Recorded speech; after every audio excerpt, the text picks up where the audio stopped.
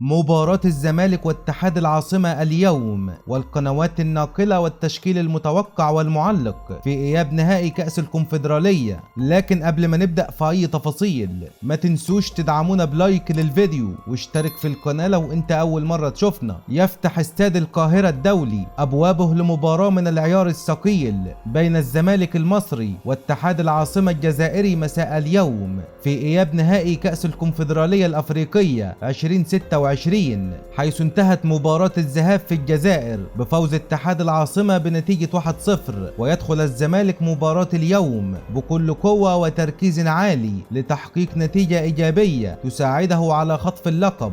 ومن ناحية تانية يسعى اتحاد العاصمة لمفاجأة الزمالك على أرضه ووسط جماهيره بتقديم ملحمة كروية وتحقيق الفوز والحصول على اللقب. قبل التشكيلة ما تنسوش تكتبوا لنا توقعاتكم لنتيجة المباراة في التعليقات.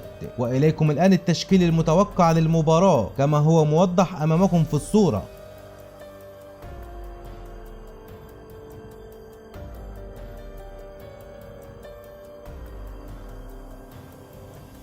حيث يدير المباراة تحكيميا الحكم الدولي الجابوني بيرجس لان اتشو، وتنقل المباراة على قناة بي ان سبورت اتش دي 3 بصوت المعلق عصام الشوالي. وتنطلق المباراة في تمام الساعة 8 مساء بتوقيت تونس والمغرب والجزائر، 9 مساء بتوقيت مصر والسودان وليبيا، 10 مساء بتوقيت السعودية والعراق وسوريا. في النهاية ما تنسوش تكتبوا لنا توقعاتكم لنتيجة المباراة في التعليقات. لايك للفيديو لو عجبك، واشترك في القناة لو انت اول مرة تشوفنا. شكرا لكم على المشاهدة واشوفكم على خير.